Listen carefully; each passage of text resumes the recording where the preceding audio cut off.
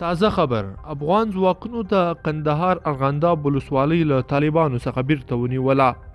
د کندهار پولیسو مشر تادین خان اسکزی وایي د دغه ولایت ارغنداب ولسوالۍ په بشپړه توګه د وسلوالو له شتون څخه خلاصه کړې ده.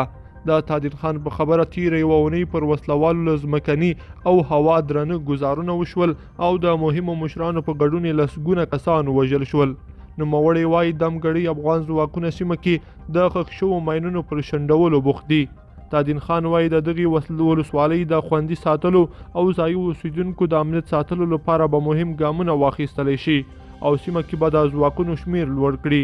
په کندهار کې میشت 215 اتل قلی اردو وایي تیره شپه ارغنداب ولسوالۍ کې پر وسلوالو طالبانو پراخ هوایي بریدونه شوي او 15 وسلوال پکې وژل شوي دي. د دغه قلی اردو د رسنیو او عامه اړیکو د برخې مشر خواجه یحیی علوي وایي د کندهار ژړۍ ولسوالۍ کې هم پر وسلوالو طالبانو هوایي بریدونه شوي دي چې د ده په خبره 13 وسلوال پکې وژل شوي. علوي وایي د دوی ځواکونو پرون جمعه سهار هغه سیمې ته ننوتل چې له تېرو شپږو میاشتو راهیسې د طالبانو په لاس کې وي.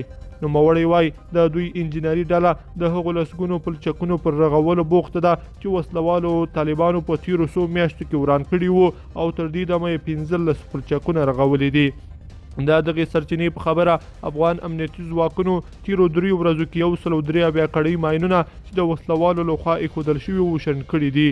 افغان ځواکونه وایي لا هم سیمه کې ګڼ ماینونه شته او تمه ده چې راتلونکو څو ورځو کې به یې شنډ کړي.